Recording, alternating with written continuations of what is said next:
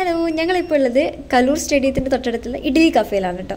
ഇവിടെ നല്ല ഇഡലിയും ദോശയും ഒക്കെ കിട്ടുന്ന അറിഞ്ഞു കേട്ട് വന്നതാണ് കേട്ടോ. സംഭവം അറിഞ്ഞു കേട്ടതുപോലെ തന്നെ അടിപൊളിയാണ്. അപ്പോൾ ഞങ്ങൾ ഓർഡർ ചെയ്തിട്ടുണ്ടായിരുന്നത് ഒരു ഫിൽറ്റർ കോഫിയും കേസരിയും ഗീ റോസ്റ്റും മസാല ദോശയായിരുന്നു കേട്ടോ. അപ്പോൾ ഞങ്ങൾക്ക് ആദ്യം കേസരിയും ഫിൽറ്റർ കോഫിയും കിട്ടി. പക്ഷേ മസാല ദോശയും അതേപോലെ ഗീ റോസ്റ്റും കിട്ടാൻ വേണ്ടി കുറച്ച് ലേറ്റ് ആയിട്ടോ. അപ്പോൾ ഞങ്ങൾക്ക് അതിന് പകരമായിട്ടൊരു വൈബ്രേറ്റർ വന്നു.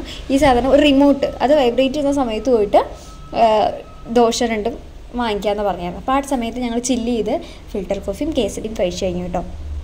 ആ സമയത്ത് നമ്മൾ വൈബ്രേറ്റ് ചെയ്തു. ഞങ്ങൾ പോയിട്ട് ദോശ വാങ്ങിയിട്ട് വന്നു കേട്ടോ.